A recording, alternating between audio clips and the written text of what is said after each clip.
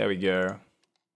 Hey guys, welcome to the PiG Daily, episode number 86. Today we're going to be talking about Showtime, the only guy to take a set off Byun at the Blizzcon WCS Global Championships. And he did it with a 6 style in Protoss vs Terran. This was in Group C in the round of 16. He 2-0'd Deer and then he 2-0'd Byun, won the group without dropping a map. Absolutely crushed it in both PvP and PvT. And he showed a really cool style, so that's what I want to talk about today. It's going to be, one of these episodes where I'm not really looking at every single detail of how Showtime's playing, but I do just want to talk a lot about this specific style which he showed and some of the cool directions that it could go in. So I'm calling this Showtime Tsunami PvT. And the reason I'm calling it that is because he gets every single type of area effect damage and he just throws them at Byun, and actually uses them in a really unique way and really varies it up compared to what we're used to seeing. A lot of the time, players are kind of going up, towards Tempests in the late game against Terran. They're saying, we really need Tempests to help fight against those Liberators. Once those Liberators get in high counts, it just gets out of control for us.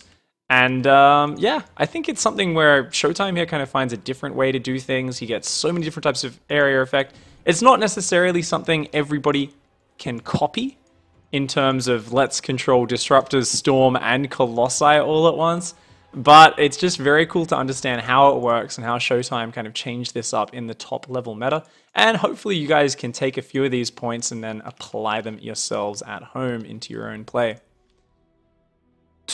So, rather than just transitioning to Storm to counter Vikings and help survive Tempests, we're gonna, he's gonna just kind of add on Disruptors after Colossi, and then add the Storm to help against the Vikings, and then just kind of control the map and really get out on the map in the mid game. So, looking here at the early stage, just one second, I can't hear the game sounds, so I'm just gonna make sure that's coming through to my ears, because I don't know why that's tilting me so much, but it is. I'm just going to turn it up just a little bit. There we go. See you guys. There we go. Yeah, so basically Showtime here looks a lot like a very standard Colossi opening. I don't want to focus too much on the opening here. It's pretty typical stuff. It will all be in the build order notes, as always. For you hardcore nerds, you can go check it out on the Team Liquid thread after the show does go live. If you're watching on YouTube, there's a link down below the video in the description, which will take you to that thread. So basically, he's gone Robo, he's gone Twilight. He scouted with a probe early, and he saw that it was just a barracks gas into command center. One cute little thing I do want to point out, something which you guys can actually always apply to your own play in PvT, is if you do scout nice and early, you see a barracks gas. What you want to do early is you click on that gas, and you can time it out. So check this. So there's two little things you want to look for with this probe scout. So might as well throw in a couple little tips while we're here. First thing is you click on that gas and you figure out how much gas is mined when the barracks is finished. That's a really easy way to tell, was it a barracks gas or was it a gas first? And what he's actually going to see here is Showtime's going to come in and he sees that this gas, as the barracks is finished, is actually only just started mining. So Showtime, simply by clicking on this gas geyser, he can say to himself, wait, you don't have any gas? That means you literally can't be building a Reaper. So this isn't even a standard barracks gas from Byun. This is a barracks into a delayed gas. He didn't take it straight away. And what that means is he is 100% going to be going Marine into command center. But Showtime wants to be 100% sure, so he actually waits with this probe until 1 minute 45. That's when a Marine should pop. If you're playing at a lower level, maybe, you can wait till a minute 50 because obviously everyone's not going to be as crisp as Byun. And if there's no Marine popped out by about a minute 50, then he's definitely going Reaper because he's building a unit which takes longer to build than that Marine. So this allows Showtime just to have 100% knowledge of, okay, you went Marine, you went Command Center, probably going Reactor, and this is a really defensive Terran build. So Showtime just goes into what is the very typical way to play against these fast Command Center players. He just goes standard Gate Nexus, grabs a second gas, the core, gets his second pylon, chooses to get it at the front, but then he's just going to go for a very fast Robotics after the Mothership Core and an Adept, and then straight into Twilight Council, and then 2 more Gateways. And this is your very typical build-up. Usually if the opponent's gone gas first, has delayed their command center, or gone a double gas build, the Protoss player would cut out the Twilight Council. But in this scenario, Showtime knew that, you know, Byun was doing a very defensive build, very macro-focused build, so he's like, alright, cool, we'll just do this. Get up fast blink, get out observers for map vision, and he actually goes for his gases on his natural, as his natural is getting close to saturation. So you'll notice what happens here is right as he's getting close to saturated, his gas finishes as he hits saturation. So he hits 16 guys on minerals, so that's too many now, 17. But the gas finishes, puts 3 on there, and he takes this second gas just before the first one finishes. So the idea here is he's really focusing on keeping this mineral line fully saturated. Notice it's at 16. But then as too many extra probes come down, the gases finish just in time for him to put dudes onto those gases. So he's keeping an almost completely fully mineral saturated base and then taking those gases. And behind the 2 observers, he's going to go straight for a warp prism so that he can put on a bit of counter pressure. A warp prism is just, you know, the integral piece of PvT. Protoss really is the race that sits back and tries to absorb absolutely everything that Terran player throws at them. And the one thing which allows the Protoss player to have a very low risk way of putting pressure back on the Terran and really scare the Terran, potentially, you know, do a massive all-in off it, is the warp prism. The warp prism allows you to just drop a few adepts, kill some SCVs, pick them up from that 7 range pickup, and just get on out of there. If you don't have a warp prism, Terran just has absolutely nothing to worry about. They can rally everything across the map, they can focus fully on the offense, and that's when defending your bases becomes very hard. So Showtime here, pretty standard stuff, getting to a normal setup, and goes for this fast robotic spay here before taking a 3rd base. So that's why he needs this extra gas, because he wants to get into Colossus production, right? He's got good safe pylon positions. He's got the triangle of love here around his mineral line. His natural is also got very good pylon locations trying to cover that mineral line. So really defensive safe play. And this is just like a standard macro Colossus build. This is very much inspired by the play of Zest and Stats. You would have seen these players in Korea doing these macro Colossus openings forever. They've been doing this for ages. So this is really standard stuff. Nothing here is groundbreaking at all. The Warp Prism dodges the Watchtower, just 2 adepts in it. Like I said, going to put on that counter pressure, and it also gives you scouting whenever you're counter pressuring with that as well. As his observer did get scanned by Byun. And you see here, just kind of sees the 3rd base is about to go down. Showtime knows that Byun here is taking quite a late 3rd and starts building these Colossi. Now from this point, this is where stuff gets interesting. So he's just going to defend, probe up his 3rd. Normally, I would say, well, let's just watch him defend here. Look at this, great defense. Byun can't engage into that. Good overcharge. 2nd Colossus is about to come out. Shades to help scout the location of Byun's army. Now notice he doesn't take the gases on the 3rd very early. Don't take this as part of the build order. This is a reaction more than anything. If Byun was going for a fast 3rd base, then I'm sure Showtime takes these gases. He can tech up a bit more. But in this situation, remember, this is quite a late 3rd. Byun here has been pumping out units non-stop out of these 2 barracks, along with the medevacs. He's got quite a lot of units on the map, 30 Marines, 5 Marauders, 6 medevacs, as well as 2 Widow Mines. And as a result, Showtime knows that he needs to build a lot of units. He knows he's up a base, so he doesn't need to also take the gases and upgrades right now. He's really just focusing on surviving. He's adding glaives, he's adding gateways, and he's just warping in lots and lots of adepts. It's going to cost him a lot of minerals to power out these units right now, so he knows taking these gases is not a priority.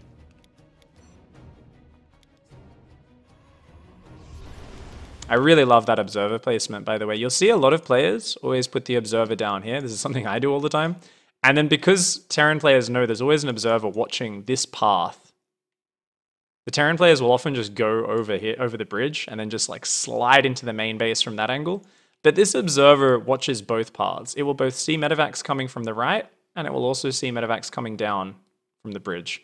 So it covers the main base. So really sick positioning there from that observer. I really like that. He's also got the observer out there as well. So just those 2 observers give him pretty good map vision. He's also got an adept on the north to see if drops slide in on the back of the 3rd base. And we see a really quick reaction here with the mothership core rotating into the main, dropping overcharges, adepts warping in. Whoops, I don't know what I just pressed there. And he actually even snipes down one of those medevacs with some units in it. So really great defense here by Showtime. And, you know, Byun catches him a little bit out of position here with this little reinforce of units. But only gets 5 probes for it.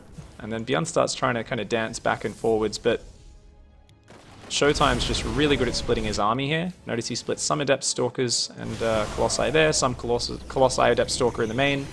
And now he transitions into Double Forge, and this is where things get interesting, adding Disruptors after just 3 Colossi. Occasionally going 4 Colossi, in the previous game on Frozen Temple he did that. But adding in these Disruptors is really cool, and this is where things start to get interesting. Basically, what do we see in the meta? What do we currently see all the time when people are playing Colossi? The standard answer for Terran is you build Vikings. Vikings are fantastic against Colossi, and the thing is, once Storm gets out, it does get a little bit more awkward for the Terran player, where suddenly Storm can just wreck your Vikings. But before Storm comes out, Vikings have this great range, and they can kind of just zone out the Colossi, forcing the Protoss player to engage into them in one big fight. And it allows the Terran to kind of pick the angle of the engagement a little bit more because they've got that range advantage on the Colossi, zoning out, range advantage on the Vikings, kind of zoning out the Colossi. So the Vikings can be a little bit in front of the bio. They're zoning out the Colossi, and then the Colossi, the Stalkers have to come in very deep, and the bio can kind of stim forward to punish the Stalkers. So there's this cool interaction. We're going to kind of look at how that works here. And the one thing which makes me sad about this game and the previous game is these games were not the longest games. We didn't get to see, you know, the interactions that many times. These are the only 2 VODs out there of this style, so I'm really not sure how it would play out in different games. But we're going to try and study how it worked out in this game and see some of the implications. So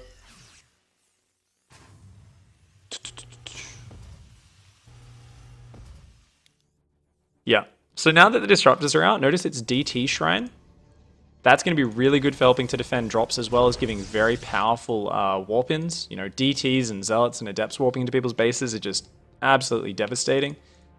We can see always replacing any Warp Prism that dies. That's what you got to do as Protoss. And we see here Byun coming forward with this kind of Viking timing I was talking about. So let's take a look at this engagement. Notice the Vikings can kind of float in front of the army a little bit, and they can really kind of keep the Colossi back, or the whole army for Showtime just has to engage. Unfortunately, Byun actually ends up picking the angle a little bit awkwardly here. I feel like he thought that Showtime's army would be more kind of focused here, but because most of Showtime's army is kind of on the right-hand side, and they just kind of form a concave there, a lot of Byun's units are kind of clumped up, and they're trapped around this edge and this edge here. And wherever your units clump up against splash damage like Colossi, that's always going to be really nasty. So notice Byun has to kind of stim his bio back a little bit here. He also just seems to be a bit outnumbered because Showtime's had such a smooth early game progression. And Showtime does manage to hold on there. And what I really dislike about that engage is we didn't really get to see how the Disruptors help, because they didn't really do anything in that fight. But you can imagine a lot of the time in a more open battle, suddenly the Disruptors can zone out the bio and punish it a lot harder, force it to kind of spread and go backwards. And the idea is that's going to buy more space for the Stalkers to jump forward and hopefully shoot down those Vikings. Now from here, Storm is happening. And this is where we want to talk about that transition. So remember, there's no Tempest from here. It's just mass gateway units, Storm, Colossi, and Disruptors. Now, the Colossi have forced out the Vikings. The Vikings are expensive. They're not really useful against any other units. You've then got Disruptors. So even if your Colossi die, you've still got this other unit which is going to do massive ground AoE damage. These Disruptors can do huge hits. But then you've also got the DT Shrine, which is great for helping you defend counterattacks. Now, why do you need that? It's because a lot of your AoE ends up getting focused in these one frontal army, which is very hard to control. And so as a result, if the Terran splits up and drops everywhere, that's kind of the natural weakness of just focusing on a lot of different, very finicky AoE units, which you need to focus a lot of micro on. But because of that, Showtime compensates by getting the Dark Shrine, and not only does that help him defensively to defend drops, you know, forcing scans out every time the Terran wants to drop, we also see here a huge warp in, and this actually does pretty much game-ending damage. Byun kind of messes up here a little bit. This DT just does so much damage, he takes forever to scan it. He finally brings these drops back, but it's just so slow to clean this up, and look at how many SCVs go down. A big blunder there by Byun, but a very nice move from Showtime. And once Showtime gets all the pieces of his army together, Storm, Disruptors, and Colossi, he just wants to keep on massing gateway units. He wants to keep the pressure on the Terran player and gain that map control and keep up a big economy. Notice he's building cannons at some of his bases. He really wants to zone out those edges with cannons, Mothership Core, and those DT Warp-ins, and he wants to keep the pressure up with a Warp Prism. So notice he lost his Warp Prism, he's like, crap, instantly rebuilds that Warp Prism. And from here, he needs to keep position on the map. The reason for that is what we were talking about with how he wants to use the way all this AoE combines in order to zone out the Terran army. Remember, Liberators, how the hell do you deal with Liberators without Tempests? Well, he's basically saying, you know what? I'm just going to make it, like if this was a Liberator army from Byun rather than Vikings, what are you going to do? Siege, siege, siege. And these Disruptors come forward, they fire shots, they zone out the bio, there's the constant threat of the Stalkers blinking in and sniping them down. And even if Showtime doesn't go for those kind of YOLO, let's just jump on you while you're setting up attacks, Showtime can slow down any sort of push from Byun an incredible amount. And by keeping out Warp Prisms and all that sort of stuff on the map, he can definitely, you know, throw in a big counterattack and just damage Byun's economy and pick away at him that way. Or if Byun ever gets overeager and kind of sets up his Liberators sloppily, Showtime dives on it. He's got Storm, which helps deal with Vikings and Liberators really well. Of course, Storm and Feedback is also great for dealing with drop defense. But he's got Disruptors to zone out the bio. The Colossi just kind of deals steady damage and those Stalkers blink forward. So watch how Showtime uses this army and tries to kind of zone out the units. And the Stalkers move forward. Stalkers shoot a Viking, pull back. Of course, all of his, he's got another Disruptor shot there. And if Byun ever just kind of moves into that army, he will get completely rolled. There's just way too much AoE there. For those of you guys who are curious, you can't see it on this overlay, but the control hotkey setup is main army on 5 for Showtime, and that includes Colossi and Sentries. So, 5 A move, he can use the Guardian Shield and everything. Colossi, if he wants to manually pull them back, he can control click and right click backwards, or control click and A left click to focus on the Terran units. And then he has Templar on 6 and Disruptors on 7. So different hotkeys for those important spellcaster units so that he can manually micro them forward and back, manually cast those spells at a moment's notice. Unfortunately, Byun didn't go Liberators this game until just now. He's starting up for Liberator production. So we didn't really get to see that complex micro interaction which I was talking about, beyond just trying to snipe down some Vikings. Instead, Byun tries to go for a big, huge drop, saying, well, this army is just ridiculous. And kind of instigates a base trade. But we see here, Showtime just gets on top of the production. And Showtime actually in his interview, Smix was asking him about Game 1 and Game 2, and she said, you know, it must have been kind of scary to just dive on top of his production in both games like you did. You know, how did it feel going for that? And Showtime was like, yeah, you know, it's funny. It's not really my game plan to end up in this sort of base trade scenario, but a lot of my games actually end up like that with this style. He said, yeah, it's kind of weird, but he said, you know, I have DTs, so as long as I can snipe down the orbital command centers and there's no scans, even if they hold their production or something like, or hold one base, he's like, it doesn't matter because, you know, it's just so good. Having Storm, having DTs in these base trade scenarios is just so damn powerful. We see here the Storms on the Vikings is absolutely massive for zoning those down. Combined with the Stalkers, you've got Disruptor shots as well going in there. And it's just like this, there's so much power to Showtime's army. And he makes it look kind of simple, but it's actually incredibly hard to control this. And I mean, Byun is killing most of his economy, and you know, he hasn't killed his production, but he has killed the 3rd. Looks like he's going to kill the 4th, but these DTs just keep warping in. And if you look at this from Byun's point of view, he's out of energy in the main. He lost his natural command center. His 4th is a planetary. He lost his 3rd. So he's completely out of mobile detection. This DT here is just going to keep getting work done.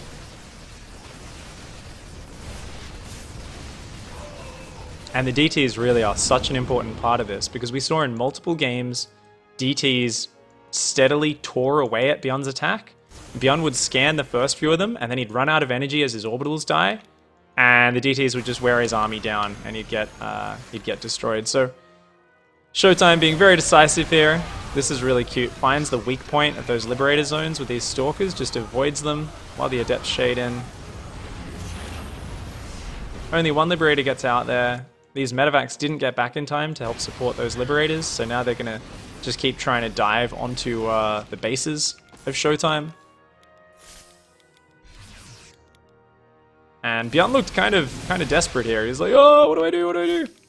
And this is just gross. Close your eyes, Terran players. Oh, yeah.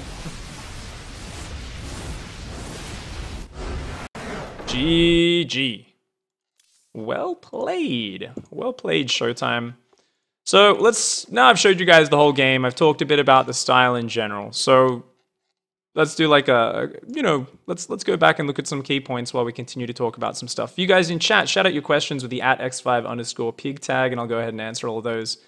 So let's think about the different types of AoE and how they operate in this style. Base is under attack. So first of all, you've got your Storm. Your Colossi, sorry. Your Colossi forces out Vikings, a very expensive unit, which really is useless against everything else. So you're going for this kind of unit which is very good for keeping you safe early on. It's reliable, area effect damage. It is expensive, but you're forcing a much clunkier unit out of the Terran. The Colossi not only forces Vikings, but it's good against everything on the ground for Terran. Ghosts, Marines, Marauders, these things which they're always going to have. However, Terran player doesn't really have any use for the Vikings. Once the Colossi are gone, that's it. So there's always the chance the Terran player commits to too many Vikings, and then they're useless. Look at this scenario. 4 Vikings. They don't achieve anything once they're over. They can land. Yes, in the new balance map, they're going to get +8 damage to Armored, which might help them slightly, but they're really going to struggle. So I think that's really good just for forcing out Vikings. There's always a chance you force an overreaction of them. And then just for giving you some reliable damage. What about the Disruptors? The Disruptors are there, so what about these hard Viking timings? Players are hitting often before Storm comes out. Well, Disruptors are so accessible. If you think about it, you've already got the Colossus Bay, which is also the Disruptor Bay, the robotic support bay. So you can so easily just add a couple of Disruptors into your army, and it really doesn't cost you any extra tech. It only costs you the cost of the Disruptors themselves, which is a lot less than a Colossus. So it works out exceptionally well here, where you just get up to this nice early army, you add in Disruptors, and whilst it is hard to control that, just a few Disruptors makes it so awkward for the Terran player to find frontal engagements, and I really feel it does give you a bit of a further reaching sort of zoning tool. Whereas when you are kind of dancing with the Terran, let's go up to that kind of 11, 12 minute mark where that sort of stuff was happening. If you're doing it with Colossi, like I said, the Vikings have so much range, they can punish you every time you come in and threaten some AoE damage on the bio, right? What about Storm? Storm just doesn't deal damage that quickly, and when you do go far forward with your Templar, they can get sniped quite easily. So Storm's good, don't get me wrong, but it's also a lot longer until you get Storm out, and the units don't deal damage quite as suddenly. When you've already got Colossi out, it's already kind of reliable, slow AoE damage, right? Adding Storm to it just increases your somewhat reliable, yet slow AoE damage. But adding Disruptors, it combines that reliable, slow damage output with these big balls, which can just absolutely wreck a huge bunch of bio on their own. And whilst they can definitely be sniped by bio coming forward, the same as a Templar can, they are a little bit sturdier. 100-100 as opposed to 40-40. So they are, 2.5 times as healthy as a High Templar. You're not just going to get a single Marauder or, 2 Marines sniping off a Disruptor as quickly as you would a High Templar, right? And we see here just this great ability there for these Disruptors to create so much threat. Just a single Disruptor in reserve. Look at that. The Vikings come a little bit too far forward. And if that army comes too far forward, these Disruptor shots coming out are just so frightening. You add the Storm on top of that. The Storm, like I said, it wrecks the Vikings. It does a really good job at defending drops as well. Keep in mind, you've got to keep up this great map vision, and if your opponent's just dropping and not trying to fight you front on at all, then you're definitely going to see Showtime warp in High Templar and leave them all over the place, ready to just feed back those medevacs and snap them out of the skies. If there was a few High Templars hanging around here, zap, zap, zap, all of those drops die. So if Showtime had vision of that, he could have completely snapped that drop with his tech and made things even harder for Byun. The DTs as well, always coming in actually before the Storm tech, and I really do love that. He really prioritizes them because he knows they're so important to stop drops. He knows they're so important to give him more power and threat in his own aggression. And you've got to remember that the Terran player is always frightened of letting the game go longer. The Terran player is always worried about Tempests coming out, because if the Protoss gets out Tempest and has Storm and cannons everywhere and High Templar sitting all over the place, it becomes a nightmare for Terran. You're kind of hoping for the Protoss to really screw up one big engagement and then to roll over everything. It becomes a sort of impossible battle. Terran really thrives in the mid-game, and that's where they want to make things happen. And that's exactly what Showtime is trying to fight against here. He is focusing his army around this mid-game, and he's saying, that's right, rather than trying to get to Tempests and being a little bit exposed to those scary mid-game pushes that Terran players are so focused on, I'm going to focus so much on being in a good position during those pushes that I can control the battle. I'm going to have more units, I'm going to have so much AoE that your bio army just crumbles. And while Stalkers aren't the perfect answer to Liberators or Vikings, it allows them the space to just jump forward and get the job done. It really is cool in that way. And what's interesting is, where do you think Showtime would transition from this point? Where does he go from here? And that's definitely something we want to talk about. What if these games went longer? And this is something where I have to obviously just work with my own kind of assessment of guessing and looking at this style and saying, well, what would you do next? What would you do after this? And I think a lot of players would say, well, Tempests. And I definitely think Tempest is really still a good transition, but it's going to be very delayed. So remember, with this style, you're never just defending and then going to Tempests. You're looking to get out on the map and really looking for opportunities to kill your opponent, because this style affords you so much strength in your army that you can get out on the map and push the Terran. You can do big warp-ins. It gives you many opportunities to win in the mid-game as well, and to really focus on that mid-game engagements, micro, positioning, all that stuff, which creates a very exciting and dynamic mid-game. But eventually, sometimes your opponent will defend well. You'll both trade blows, and it will go on. Can you go Tempests off this? I think there's no reason why you can't eventually go up to Tempests if your opponent's, say, massing range Liberators. You could still eventually go towards those Liberators, but the real thing to remember is, let's think about it from the Terran side. Is range Liberators the answer to this style? I mean, Storm and Stalkers, not a great answer to range Liberators. So maybe, but it all comes down to a question of timing. What if we go back to that sweet spot around 12 minutes 30, right when all the tech is kind of out for Showtime? He's added Templar with Storm, he's got Colossi, he's got Disruptors, his Gateway army is starting to really bloom. You can see he's getting close to max supply. At this point, what if Byun had just gone range Liberators? What if in future he plays against this style, he's like, you know what? I don't need Vikings just for a few Colossi early. Let's actually go straight to range Libs, or just a hell of a lot of Libs. Man, I must be hungry. Double reacted Starport. You know, go to a whole bunch of those Liberators, and then just like siege up on top of everything. How do you deal with that? I still think Showtime's army is going to be very good, because as long as he doesn't attack into a really bad position where every single Liberator is sieged up, like, you know, they're all sieged up on here, and he just like blinks in and just gets wrecked.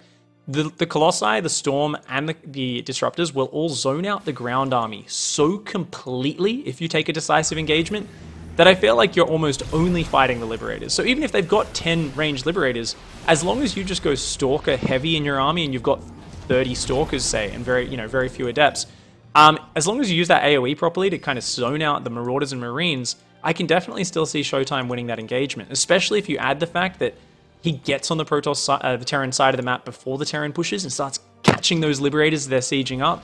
I can really imagine this style working very well in that regard. And because it does thrive so much in the mid-game, I almost want to say that I don't think you should be focusing too much on rushing to a Tempest with this. You really want to look for damage with counterattacks, you want to look for damage with your army, you constantly want to find openings due to the power of your frontal army, due to the counterattacking power of Warp Prisms and DTs, due to how strong your drop defense is with DTs, High Templar, Cannons, and Mothership Core. And as a result, I think building up your gateway count really strong, going up to like 10, 15 gateways, maybe even more, maybe going mass gateways, and just reinforcing your maxed out army with Adepts and Stalkers would actually be a really good way to play this. So I definitely think it's a style where you want to exist in the mid-game, you want to do a lot of damage in the mid-game, and control the pace of the play. You don't want to let the game just run away from you by just sitting back too long. You want to be active, you want to get on the map, and you really want to focus on microing all these 3 units as well as you can. Those disruptors being a great unit for being the first AoE you throw out to try and push into him, and also the last bit of AoE whenever he's pursuing your army, to just really wreck that bio as it clumps up. So a very cool style here out of Showtime. I just love it.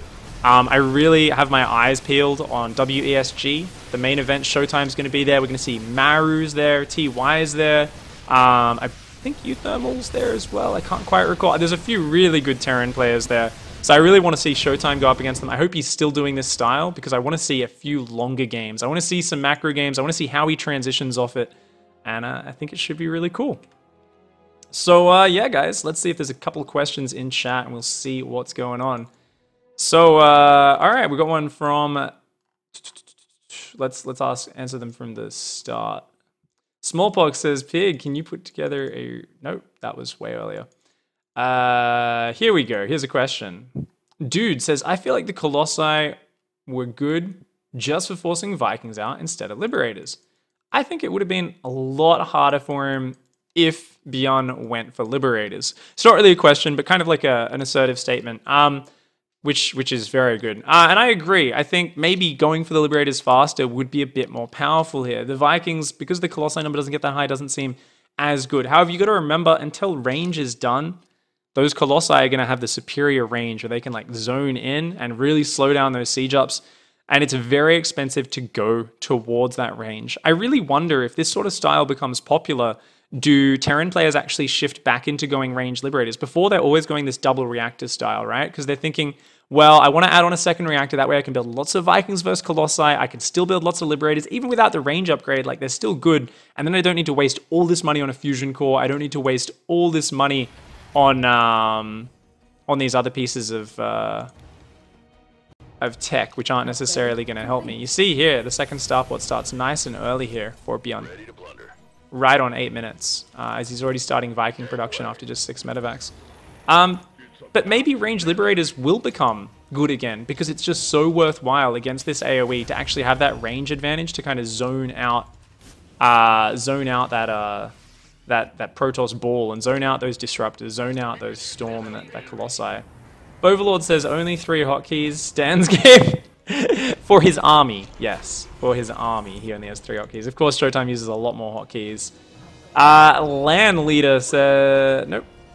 Nervous Chicken says, why would Showtime go for Blink as his first tech upgrade instead of Glaives when the Terran is going for Bio?